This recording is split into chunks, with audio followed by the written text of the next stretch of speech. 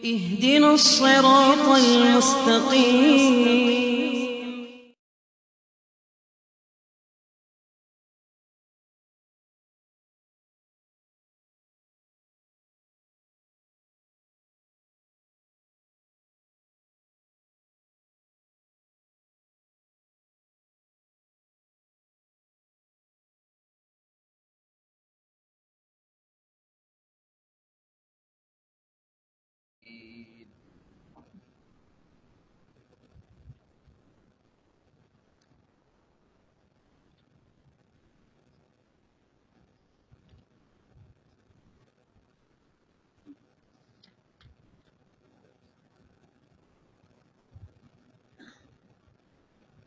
قرآن مقدس کی سب سے پہلی سورت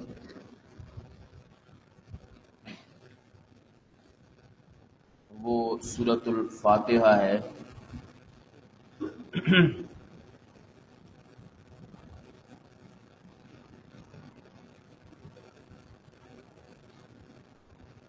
قرآن مجید کی ایک ترتیب وہ ہے جو کتابی شکل میں ہے، اور ایک ترتیب قرآن کی وہ ہے جس طرح اللہ نے اس کو نازل فرمایا ہے۔ نزولی ترتیب اور کتابی ترتیب ان دونوں کی الگ الگ حیثیت ہے۔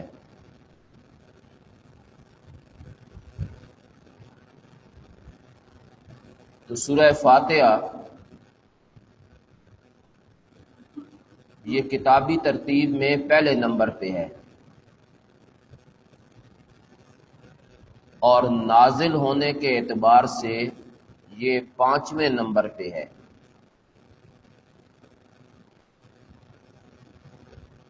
سورہ مدثر کے بعد یہ نازل ہوئی ہے۔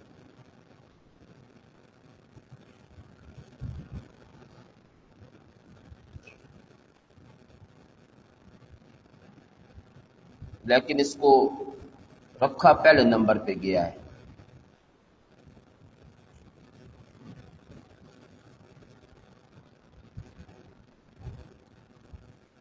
پہلے نمبر پہ کیوں رکھا گیا ہے؟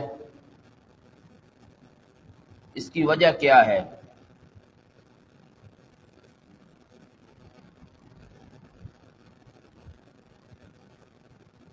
قرآن مقدس میں اللہ تبارک و تعالی نے جتنے بھی مضامین بیان کیے ہیں، ان تمام مضامین کا خلاصہ اللہ نے سورہ فاتحہ میں بیان کیا ہے۔ یہ تمہیدی سورت ہے قرآن کے لیے، اور تمہید ہمیشہ پہلے ہوتی ہے ابتدا میں۔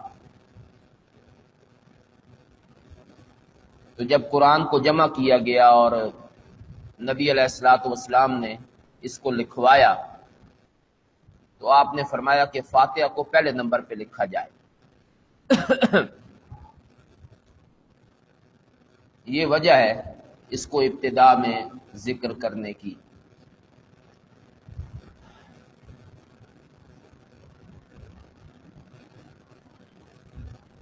تو پورے قرآن کا خلاصہ وہ اللہ نے اس سورت میں ذکر کیا ہے۔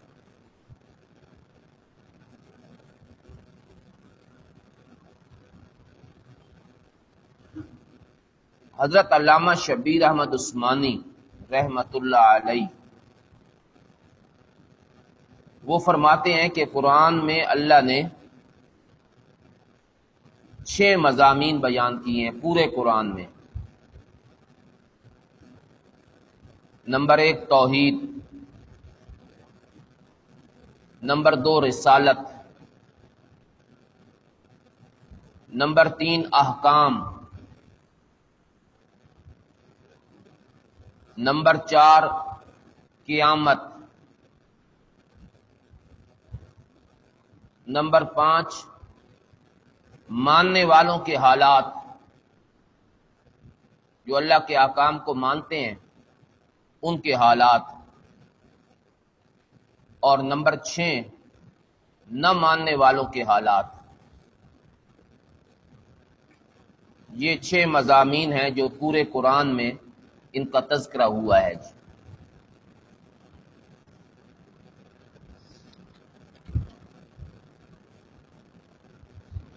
تو ان 6 مضامین کو اللہ نے سورہ فاتحہ میں اجمالاً ذکر کر دیا ہے جی، 6 کے 6 مضامین۔ اب میں ان آیات کی نشاندہی کرنے لگا ہوں جن میں یہ مضامین ذکر ہوئے ہیں۔ سورۃ الفاتحہ کی پہلی 3 آیات، الحمدللہ رب العالمین الرحمن الرحیم مالک یوم الدین۔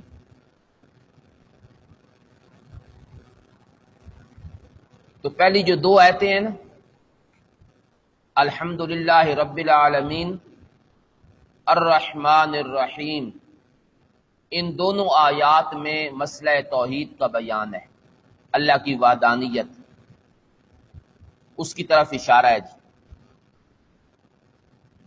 مالک یوم الدین، قیامت کی طرف اشارہ ہے، قیامت کے دن کا وہ مالک ہے، اس کی طرف اشارہ ہے۔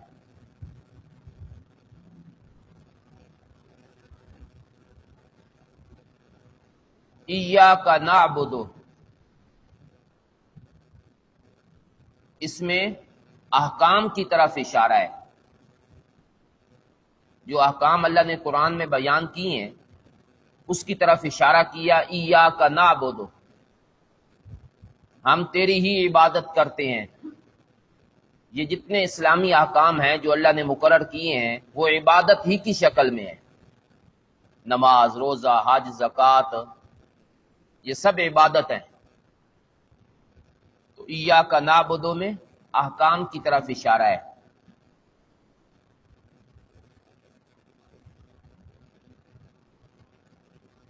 انعمت علیہم،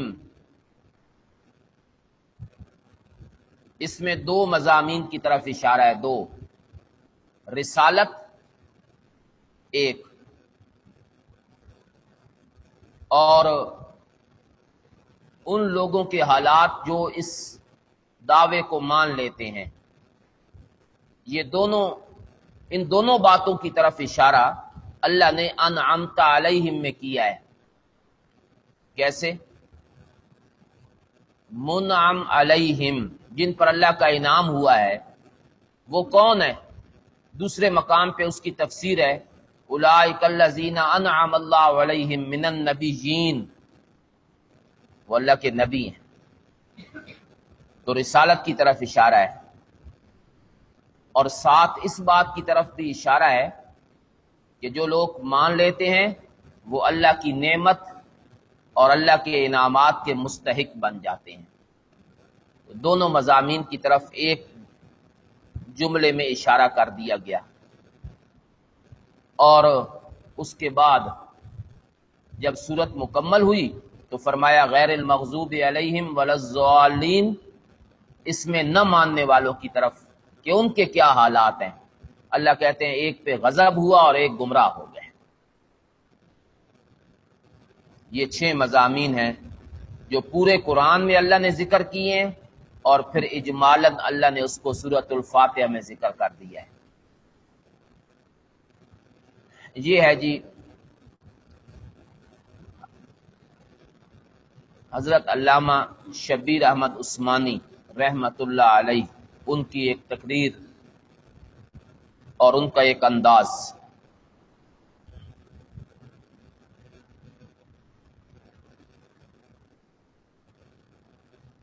ہمارے حضرت مولانا حسین علی رحمت اللہ علیہ، وہ فرماتے ہیں کہ پورے قرآن میں جو مقصودی مسئلہ ہے وہ توحید باری تعالی ہے۔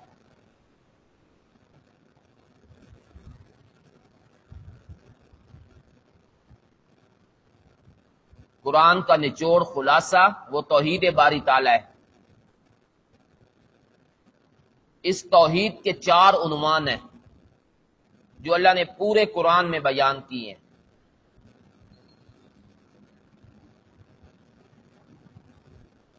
نمبر 1، کائنات کے خالق اللہ ہیں، پہلا عنوان توحید کا۔ خالقیت کی صفت اللہ ہی کے لیے ہے۔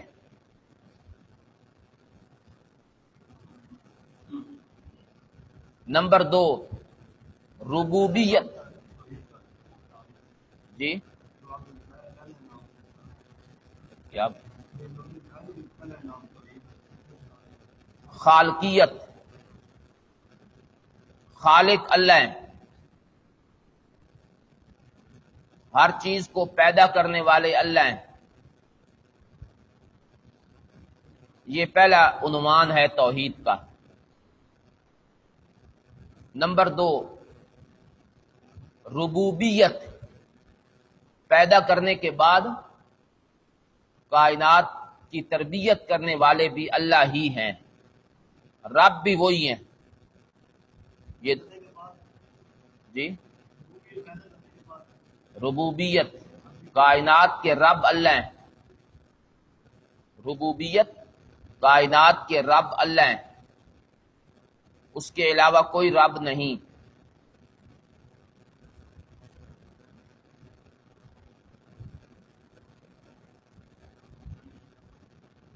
تیسرا عنوان جی توحید کا،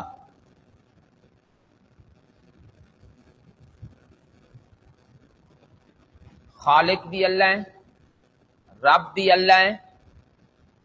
تیسرا عنوان، حکومت بھی اسی کے پاس ہے، اختیارات۔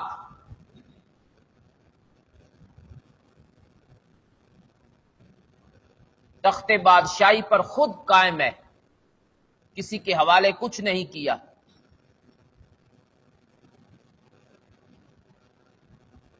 ایک ذرے سے لے کر اور آسمان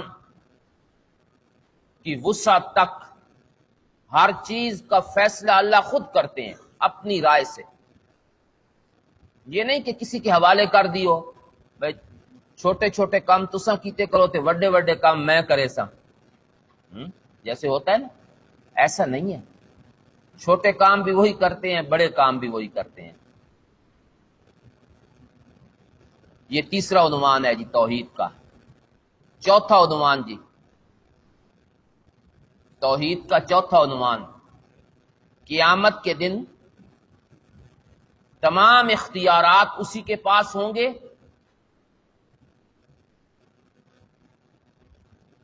اور کسی کی شفاعت جو غلبے والی شفاعت ہے، جس کو شفاعت قہریہ کہتے ہیں، غلبے والی شفاعت، وہ کسی کو حاصل نہیں ہے کہ اللہ سے بات منوا لے، زبردستی منوا لے، اللہ مجبور ہو جائے ماننے پر۔ تعلق اتنا گہرا ہے کہ یہ بات کریں تو اللہ نہ کر سکیں، ایسا نہیں ہے، ایسا نہیں ہے جی۔ یہ چار عنوان ہیں توحید کے، جس کو اللہ نے پورے قرآن میں ذکر کیا ہے۔ تو ہمارے حضرت فرماتے ہیں قرآن اپنے مضامین کے اعتبار سے 4 حصوں میں تقسیم ہے۔ رب اللہ ہیں، خالق اللہ ہیں، خالق اللہ ہیں، رب اللہ ہیں، تخت بادشاہی پر خود قائم ہے، کسی کے حوالے کچھ نہیں کیا، اور قیامت کے دن تمام اختیارات اسی کے پاس ہیں۔ اب یہ جو 4 مضامین ہیں، یہ اللہ نے قرآن کے کون کون سے حصے میں بیان کیے ہیں جی۔ پہلا مضمون خالقیت، فاتحہ سے لے کر سورہ انعام تک ایک ہی مضمون چلے گا جی۔ فاتحہ سے لے کر سورہ انعام تک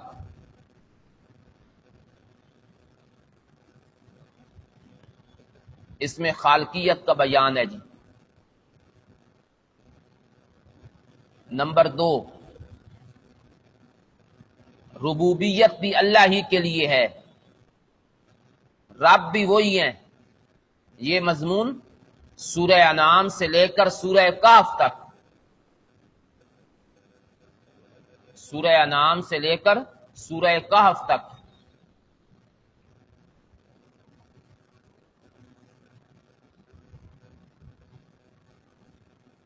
تیسرا مضمون حکومت بھی اسی کی ہے، تخت بادشاہی پر خود قائم ہے، سورہ کاف سے لے کر سورہ سبا تک۔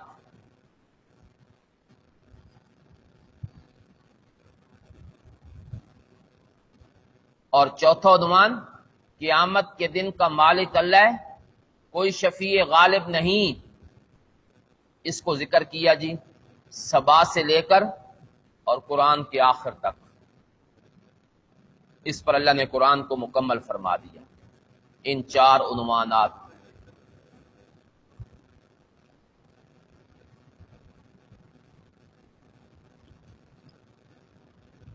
سورہ فاتحہ میں اللہ نے ان 4 مضامین کو اجمالاً ذکر کیا ہے۔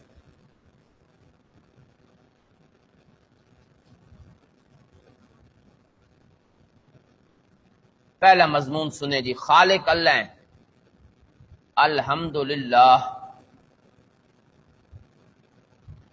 یہ جملہ جو ہے نا جی، اس میں اللہ نے پہلا مضمون ذکر کر دیا ہے، الحمدللہ۔ ہر قسم کی تعریفیں یا مخصوص تعریفیں للہ، اس ذات کے لیے ہیں جس کا نام نامی اس میں گرامی اللہ ہے۔ آپ کے ذہن میں ایک بات پیدا ہو رہی ہے کہ مضمون ہے خالقیت کا، کہ پیدا کرنے والے اللہ ہیں۔ یہاں تو پیدا کرنے کا ذکر ہی کو نہیں، یہاں تو یہ ہے کہ تعریفیں اللہ کے لیے ہیں، خالقیت کا ذکر کہاں سے آ گیا؟ تو ہمارے حضرت نے اس کا جواب دیا ہے کہ یہاں جو لفظ اللہ ہے نا، اللہ کا ذاتی نام، یہ بولا تو گیا ہے لفظ اللہ، لیکن مراد اس سے اس کی وصف مشہور ہے۔ بعض چیزیں ایسی ہوتی ہیں کہ ان کا ایک ذاتی نام ہوتا ہے، پھر اس ذات کی ایک مشہور وصف ہوتی ہے، مشہور، تو لوگ بولتے ہیں اس ذات کا نام ہے، مراد اس کی وصف مشہور ہوتی ہے، جو اس ذات کے ساتھ بہت شہرت ہوتی ہے اس کو جی۔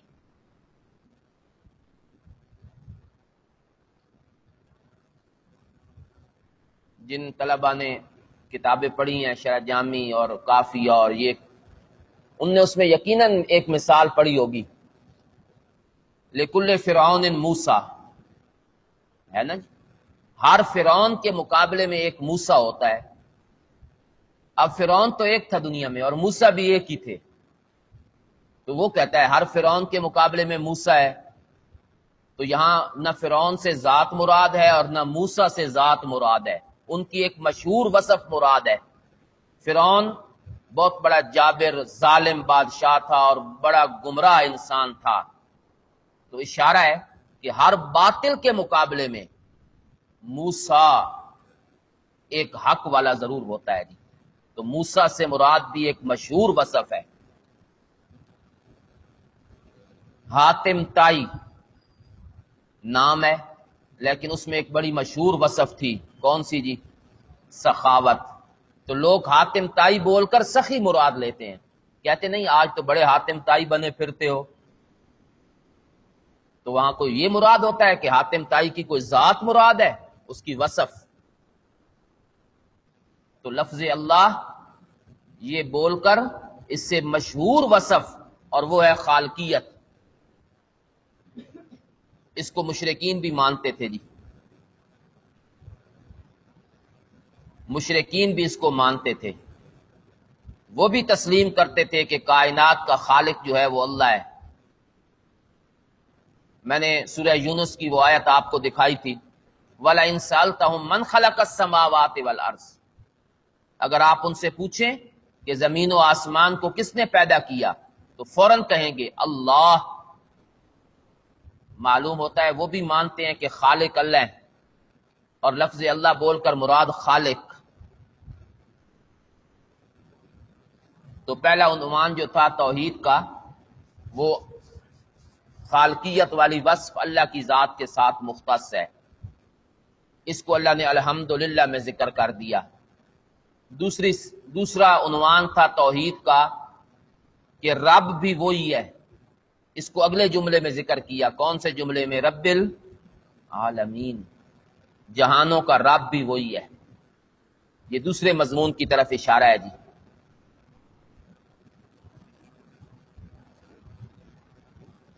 تیسرا مضمون تھا حکومت اسی کے پاس ہے، تخت بادشاہی پر خود قائم ہے، کسی کے حوالے کچھ نہیں کیا. اس کی طرف اشارہ ہے جی. الرحمن اور الرحیم، رحمان اور رحیم اللہ ہیں.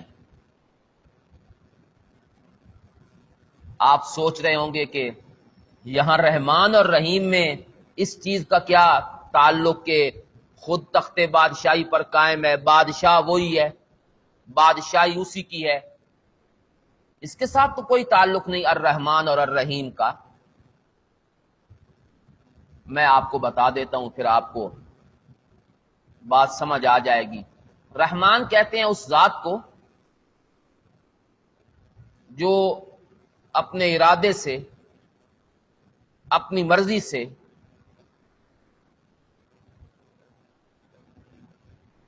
کائنات کے ذرے ذرے پر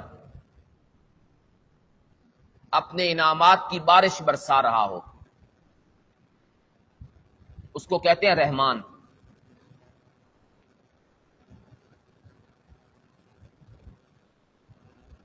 دے رہا ہے انسانوں کو بھی، جنات کو بھی، فرشتوں کو بھی، ہر چیز پر اس کی نعمتیں برس رہی ہیں.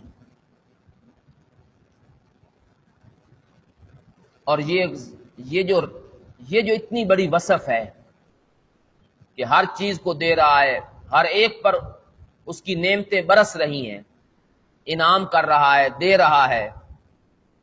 یہ وصف کن کی ہوتی ہے جی؟ عام آدمیوں کی ہوتی ہے یا بڑے لوگوں کی ہوتی ہے؟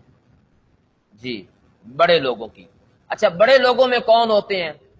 بڑے تو ملک کا جو سربراہ ہوتا ہے یا وزیر اعظم ہوتا ہے، وہی ملک کا سب سے بڑا فرد ہوتا ہے جی. اسی کی حکومت، اسی کا اختیار، فیصلے وہی کرتا ہے جی. آج پیٹرول اتنا مہنگا کر دو اور اتنا سستا کر دو، ایک حکم دیتا ہے اور پورے ملک میں نافذ ہو جاتا ہے جی. ایک حکم. تو رحمان میں اللہ نے اس بات کی طرف اشارہ کیا کہ ہر چیز پر میری نعمتیں برس رہی ہیں، تو پھر میرے علاوہ بادشاہ کون ہو سکتا ہے جی؟ تخت بادشاہی بھی میرے پاس ہے جی، کیونکہ بادشاہ ہی یہ کام کیا کرتے ہیں جی، اور انہی کے اختیار میں یہ سارے معاملات ہوتے ہیں. اس لیے رحمان اللہ کی وہ صفت ہے جو اس کی ذات کے ساتھ مخصوص ہے. رحمان کا اطلاق مخلوق کے لیے کسی حوالے سے بھی جائز نہیں، نہ حقیقتاً نہ مجازاً. یہ مختص صفت ہے اللہ کی. تو اس میں بادشاہوں والا جو وصف ہے نا، اس کو رحمان کے ساتھ ذکر کیا. اور چوتھا عنوان تھا جی قیامت کے دن کا بھی وہی مالک ہے، کوئی شفیع غالب نہیں. اس کو تو بڑے واضح طور پہ ذکر کر دیا، مالک یوم الدین. تو سورت خالقیت، ربوبیت، تیسرا عنوان تخت بادشاہی پر خود متمکن ہے، سورہ کاف سے لے کر سبا تک، اور سبا سے آخر تک قیامت کے دن کا مالک بھی اللہ ہے، کوئی اس کے سامنے شفیع غالب نہیں. ہمارے حضرت فرماتے ہیں کہ اللہ نے جو چاروں عنوان قرآن کے ذکر کیے ہیں توحید کے، اللہ نے ہر عنوان کو الحمدللہ سے شروع کیا ہے جی. ہر وہ صورت جس میں اللہ ایک نیا عنوان ذکر کریں گے، اس کو اللہ الحمدللہ سے شروع کرتے ہیں جی. چنانچہ فاتحہ بھی کہاں سے شروع ہوئی؟ سورہ انعام بھی کہاں سے شروع ہوئی؟ سورہ سبا بھی کہاں سے شروع ہوئی؟ اور کاف بھی، درمیان میں کاف رہ گئی، کاف بھی الحمدللہ سے شروع ہوئی، تاکہ پتہ چلے کہ ایک عنوان ختم ہو گیا ہے اب نیا عنوان جو ہے وہ شروع ہو رہا ہے. ہر ایک کو اللہ نے یہ اسی لفظ سے شروع کیا ہے جی. تو یہ ہے جی وہ خلاصہ جس کی بنیاد پر سورہ فاتحہ تمہید ہے پورے قرآن کی. اور جتنے مسائل اللہ نے ذکر کیے ہیں قرآن میں، خصوصاً یہ 4 عنوانات، ان کو اللہ نے اجمالاً سورہ فاتحہ میں ذکر فرما دیا. سورت کے بہت سارے نام ہیں جی.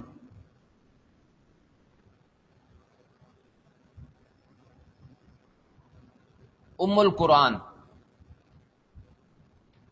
فاتحۃ الکتاب، السبع المثانی،